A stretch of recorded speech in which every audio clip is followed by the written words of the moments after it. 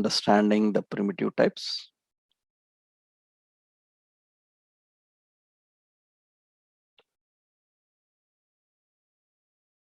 Now we have to know about another important, that is the non-primitive types in JavaScript.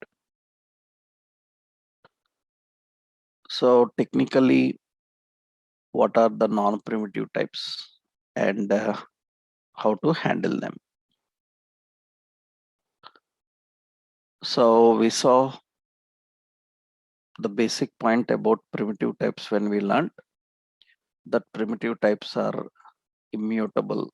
They cannot change their structure. So non-primitive types are nothing but technically non-primitive types. Non-primitive types are mutable types. Mutable. That means they can change the structure. They can change the structure according to state and situation. According to state and situation. That is non-primitive types. So they do not have no fixed range for values. Actually, value range varies according to memory available. According to the memory available. Generally, primitive types have fixed range for values, but here we don't have any fixed range for values. The value range varies according to the memory available. And JavaScript non-primitive types. So we have like an array, object, regular expression, all this comes under the category of non-primitive types. Advanced, we have like map, we have like set, but sets are no longer used. We have this map. So this comes under the non-primitive types: array, object, regular expressions, and map. Now we need to know what are these and how to handle this. Technically, first, what is array type? Array type and how to deal with them. In JavaScript, arrays are little bit different from how you know about arrays in general other programming languages. Actually, in JavaScript, technically, in general, computer programming, if anyone asks what is purpose of array, we generally say arrays are used in computer programming to reduce overhead and complexity. That is the main purpose of array. Arrays are used in programming to reduce overhead and complexity. That is the first point actually. Generally, when we ask about arrays to any learner, a fresher level, then immediately they have an answer like array is similar type of values, collection of same type of values. But that doesn't suit for JavaScript, because arrays in JavaScript can handle any type of value, not only same type of value. So that definition doesn't suit here. So then correctly, what is purpose of array? In computer programming, in any technology, the purpose of using array is to reduce overhead and complexity actually. What is overhead? Overhead is nothing but, for example, actually earlier,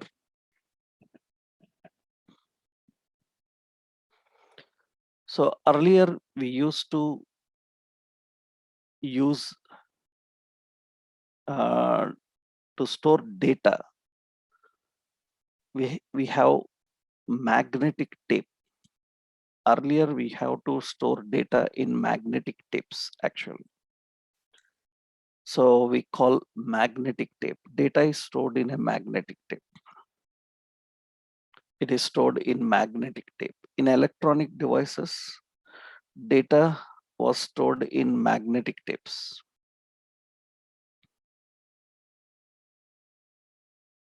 So data is stored in magnetic tape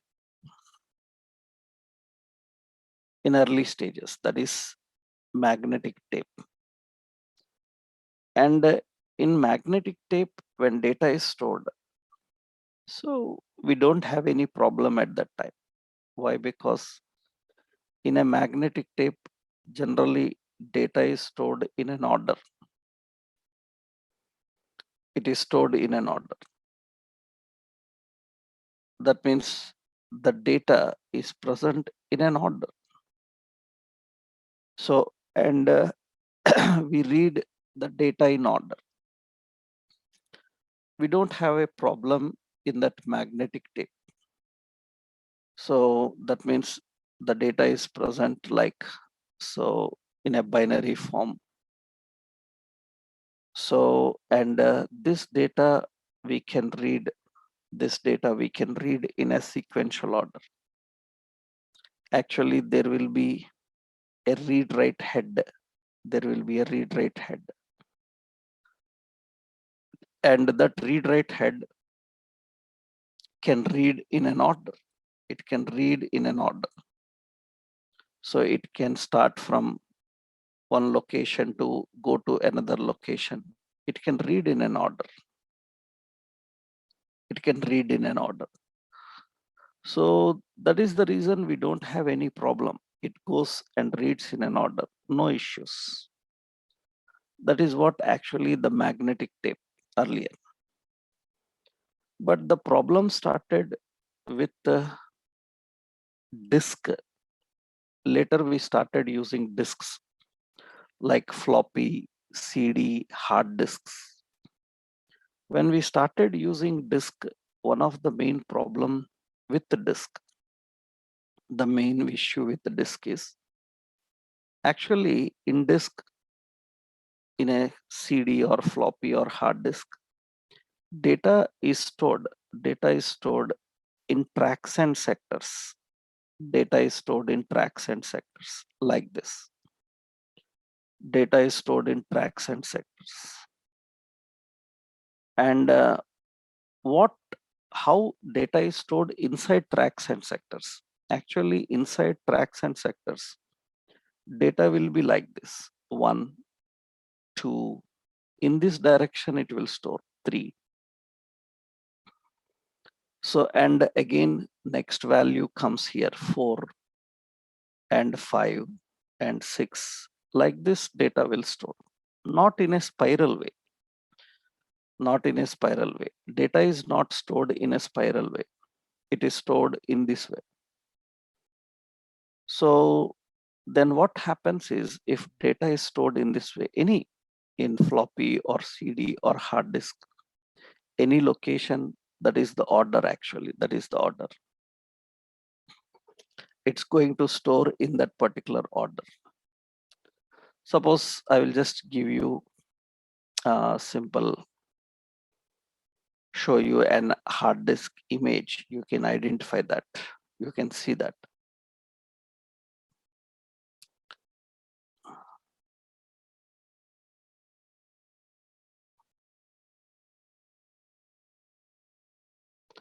For example, suppose Let's see here some desktop files. Yeah.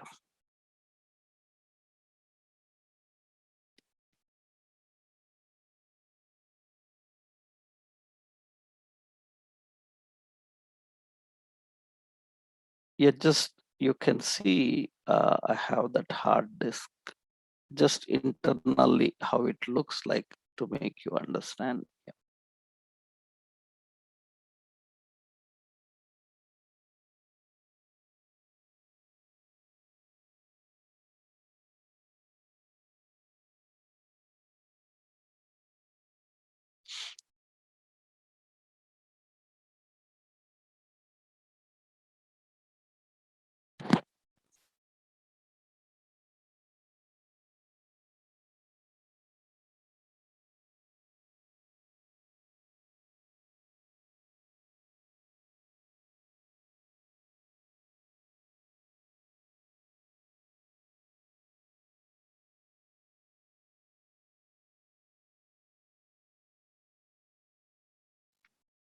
Yeah, you can see here the hard disk how it looks like. This is how a hard disk looks like internally. Hard disk internally looks like this. And inside the hard disk, if you have observed, so how it handles data reading and writing, you can see. So inside the hard disk, we have a read write head.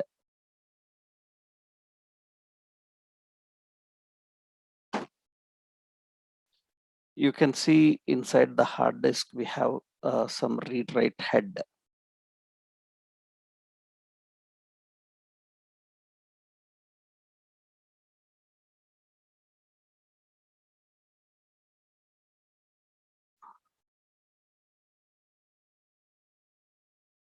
Okay.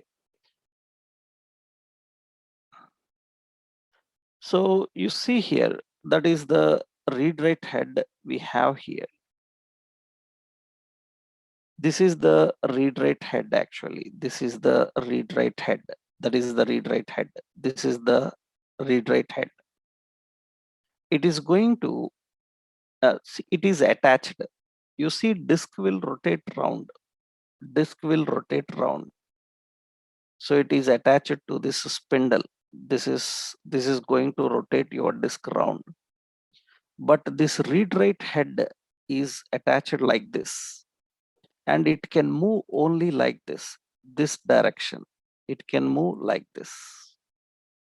It can move like this, left, right, it can move.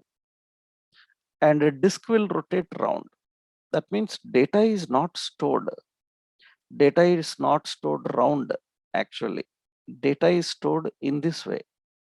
Data is stored in this way. Like this, data is stored actually.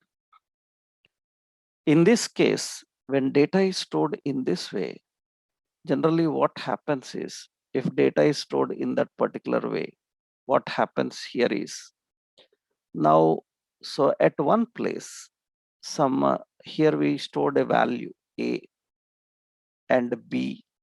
After that, here this place is left empty. And another location, we have C and D and E like this. Now what will happen is, we have a read write head.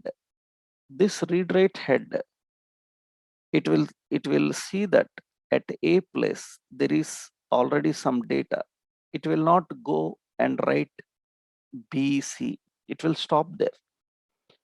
Automatically, what happens is, this blank space will be left there with blank only. It cannot directly go there and store, because it is in an order. What happens is, it cannot go there if there is already data, and it cannot store there.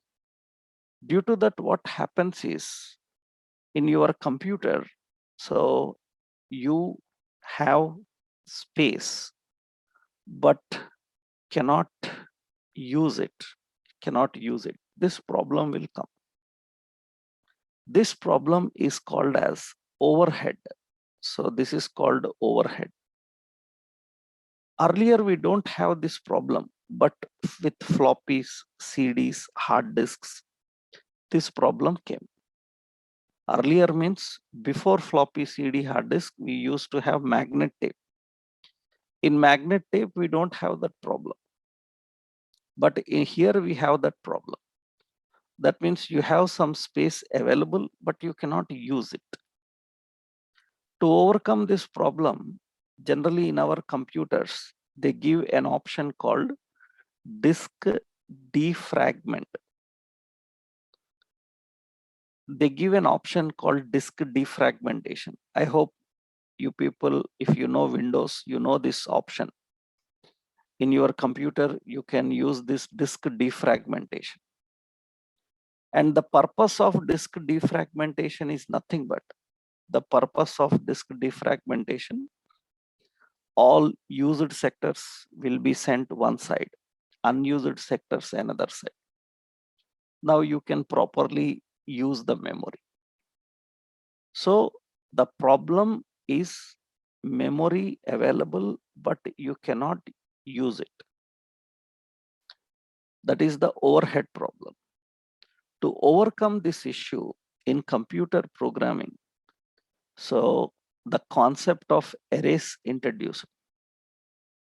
Array purpose is nothing but actually arrays store value in sequential order. Sequential order. If arrays store value in a sequential order, so it will reduce overhead. And arrays store multiple values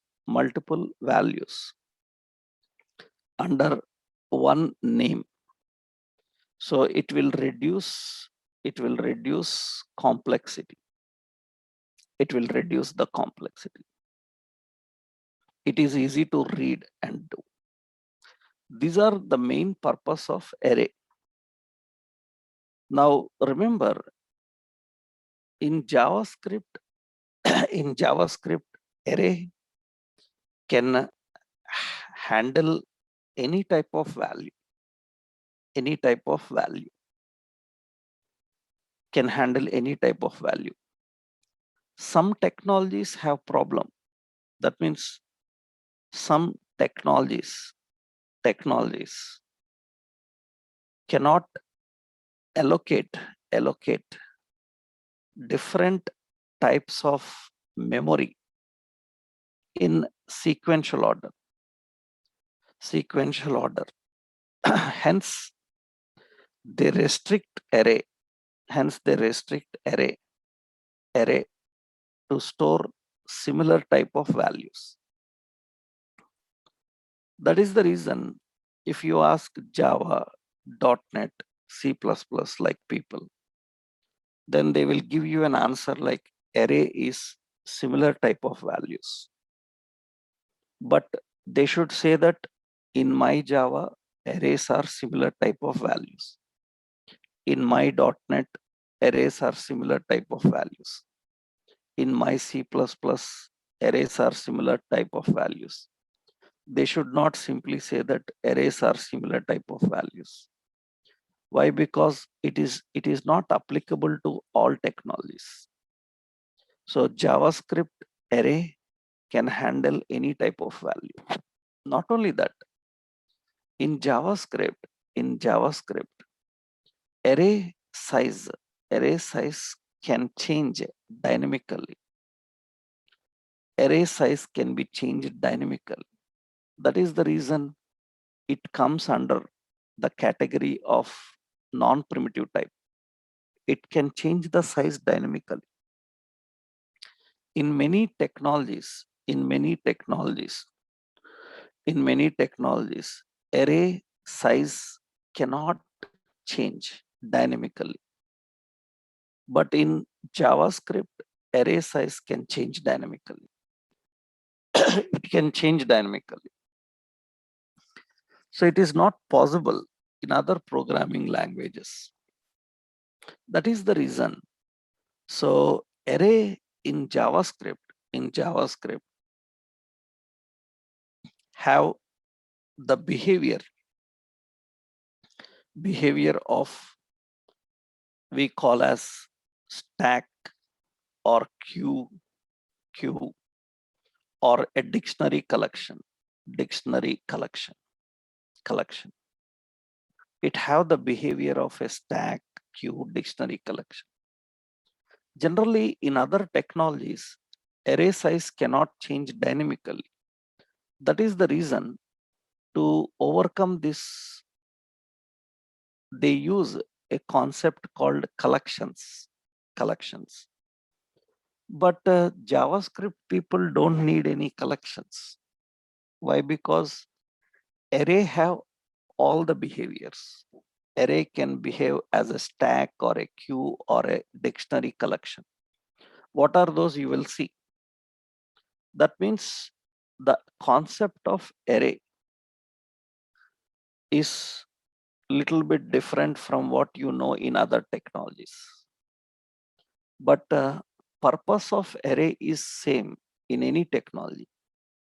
In Java or .NET or C++, anywhere, if anybody asks what is purpose of array, you should say arrays are used for reducing overhead and complexity. You should not say arrays are similar values, arrays are size cannot be changed dynamically. That is not correct definition. So to reduce overhead and to reduce complexity, arrays can store values in a sequential order and reduce overhead.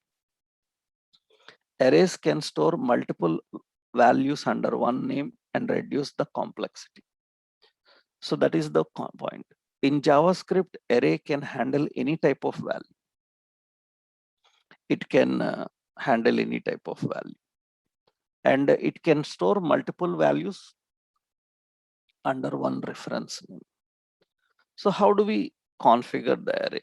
So first point, declaring array. Actually, array is declared with var or let or const. So name and equal to. So remember, array declaring array, not possible. So it is mandatory that array needs memory initialization. Only declaring not possible. Already we know in variables, I told you, this is called declaring. It's not possible for array. Array declaration needs memory initialization. That means you have to mention about the memory. And for array type memory, we have to use this square braces. You know, this is a meta character. Square brace is a meta character. In regular expression, we know that meta character, it is nothing but to mention range of values. So array memory allocation is important. You have to initialize it. Otherwise, it is not treated as array. You have another technique. You can initialize by using new array constructor. You can use this. So memory is initialized by using this meta character or array constructor. What is difference between them? Array constructor, what it can do is it can specify the size, how many elements, but that size can change dynamically. Already I told you. You can mention the size, but size can change dynamically. Then what you do is we mention the size and we write a logic in such a way that if it is more than the size mentioned, then you can prevent values to store. that we have to manually do. In other technologies, it is not required. In other technologies, you mention the size, it will not allow to store more than that. So, but in JavaScript, you mention the size and you have to write the logic for restricting the size. Otherwise, it can change dynamically. So, array constructor, this is called array constructor. So, it can extra define the size, configure the size. So, how we can store values in an array? How we can access the values from an array? This is a basic thing. So generally, to store the values and access the values from an array, storing and accessing the values from an array, so requires a technique like, for example, here, storing and configuring the values. In the memory, how the values are defined and how the values are stored. Suppose here I will write a function and here I'm configuring. So here I am defining. So where some products is equal to array. It is configured with array. And in that you can store any kind of value. Suppose I given this as temporarily values, and you can see you can store any type. It can have a number, comma, it can have a string, comma, it can have a boolean, comma. Again, it can have an array. So it can have an object. What is object? Later I will tell you. It can even have a function. So that means it can even have a function. You can store any type of value inside an array.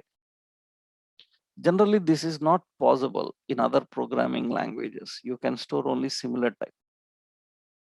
Here, array can handle any type of value. It can be number, string, boolean. So arrays we will see now. Now you can access and read the value. Suppose temporarily I'm printing document.write and the values, just roughly. Later I will tell you the iterations and all. Generally, how you configure the values, how you define the values. You can see it is going to print those values. It is going to print the values. It can configure and print the values. So just arrays are configured with different types of values are possible. This is not possible in other languages. It is possible here. How do we configure different types of values? We can use this, or we can use an array constructor. So new array into that, suppose one, some TV, so some true, like this. And it is going to access that and it is going to use it. So this is, so array, how you can configure. Actually, array can define the size so that we can collect it and we can restrict the value according to it. But we have to manually do. Even you mention the size, it is going to allow to store more than that. That is the reason. So it can change the size dynamically. So how you store values in array? So declaring array, 2 points. So declaring array is not enough. It requires initialization of memory. And memory is initialized by using just empty or by using new array,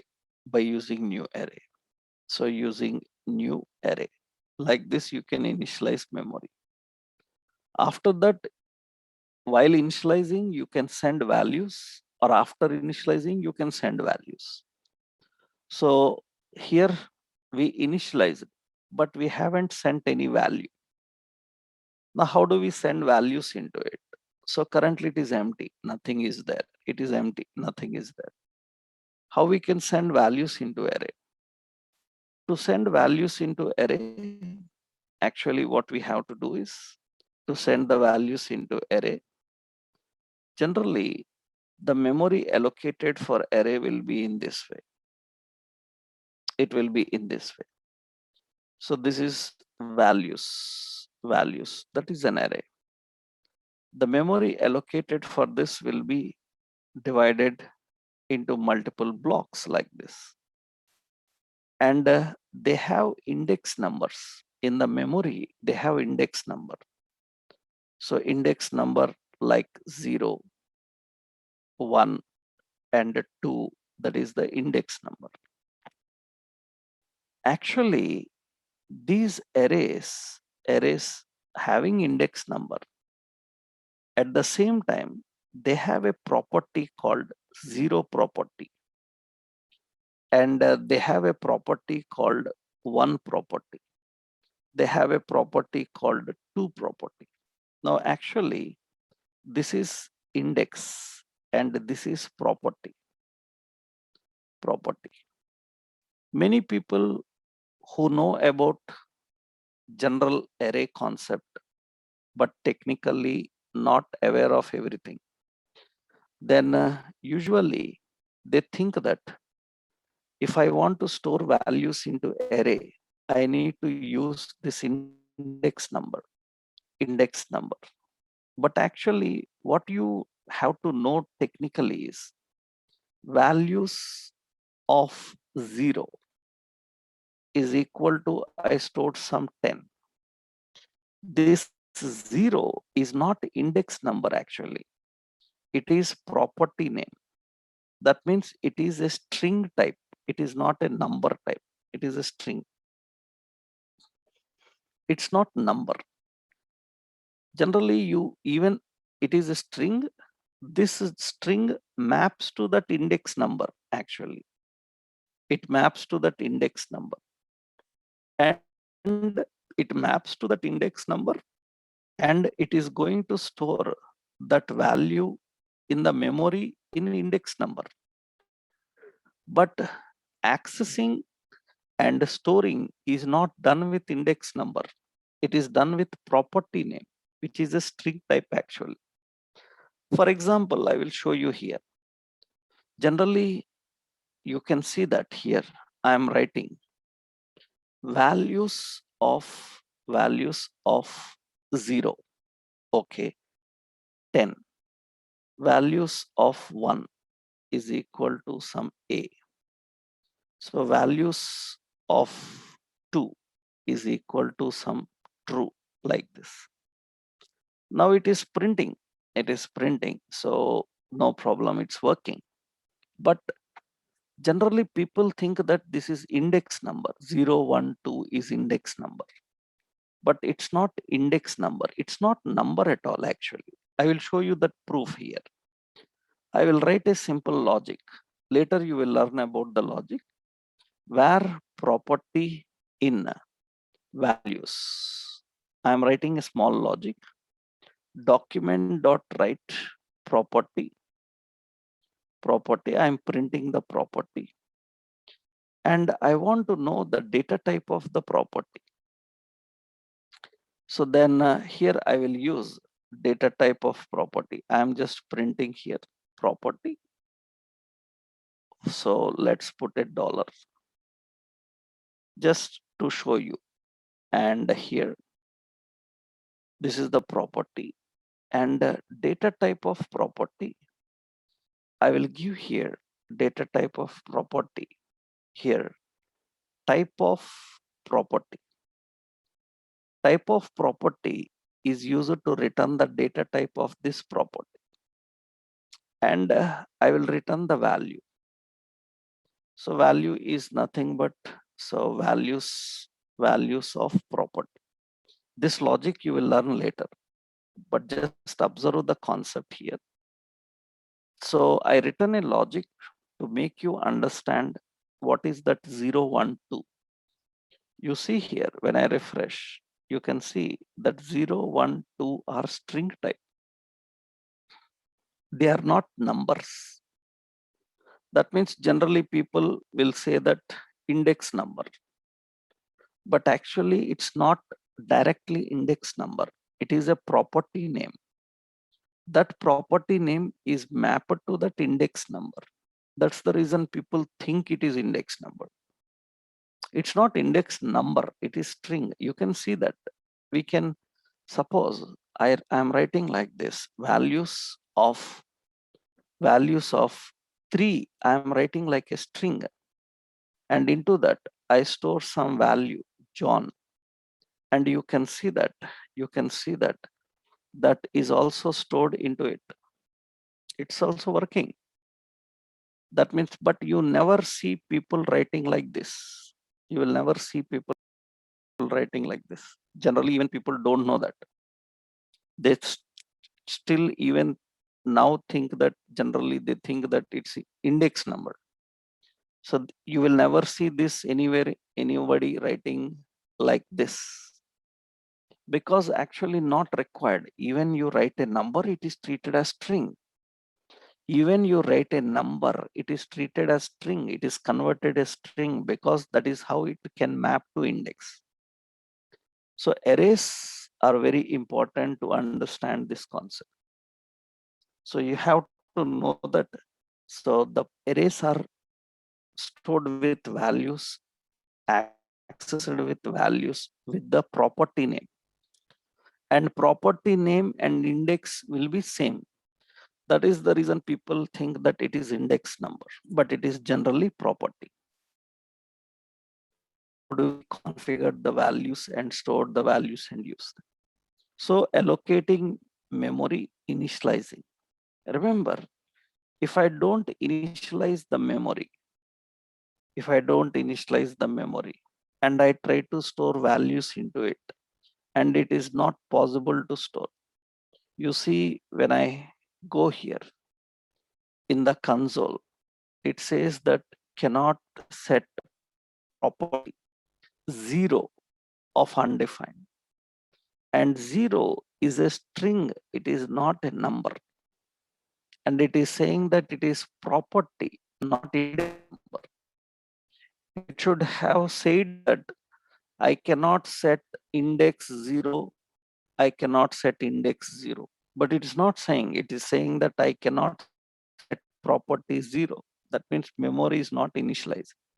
We have to initialize the memory by using new array constructor, or by using a new array meta character. So that is what we have to define. So configuring the array and storing the values into array, that's how we have to manage the content. This is basically working with the arrays. First point, this is only first point, so many are there. First point, how to declare, how do we initialize memory, and what kind of values you can store into it. It allows same types of values, different types of values. But the problem is, it is always by default different types of values. That means you see now, I told you that array size can change dynamically. That means here, suppose I defined array size 2, and in the values, I am storing 0 is equal to 10, values of 1 is equal to 20, values of 2 is equal to 30, values of 3 is equal to 40. And you can see that. So I defined all these, and you can see when I refresh, it's working, no problem. But I said size only 2, but it's working because it can change the size dynamically. In other programming languages, it is not like that.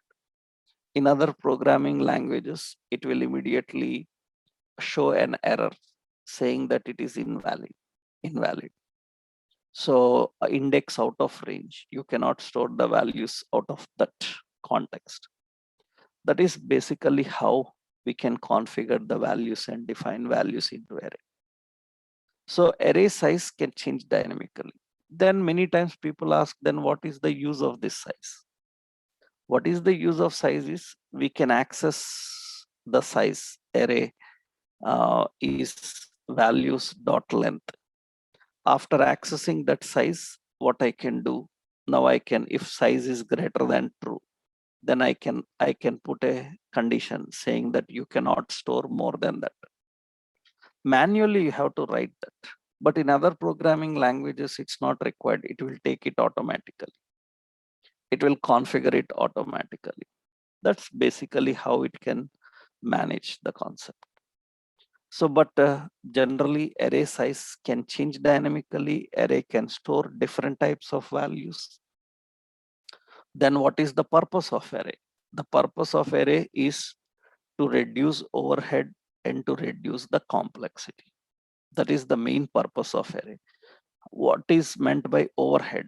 Overhead is nothing but allocating memory in a sequential order so that the memory, each and every sector of the memory can be utilized. It cannot skip the memory. And how it can reduce complexity by storing multiple values under one name. Now, how to manipulate array? That is the important point. Manipulating array means, so how we can add elements into array, remove elements from the array, and how you can use this array in the computer programming. That means these arrays will help you. So for that, we need to understand a lot of array methods. Same like string methods, we have array methods. We need to understand the various array methods. Just like string methods, array methods are there. That means adding elements, removing elements, managing elements from them. All these we need to understand. That we will see in the next session. Tomorrow we will discuss about that, right? Today we will just keep this short. So then tomorrow we will continue, okay? And in tomorrow's session, we will discuss all the methods of array and how to implement them in a real world example. We will discuss in the tomorrow session. Okay, right.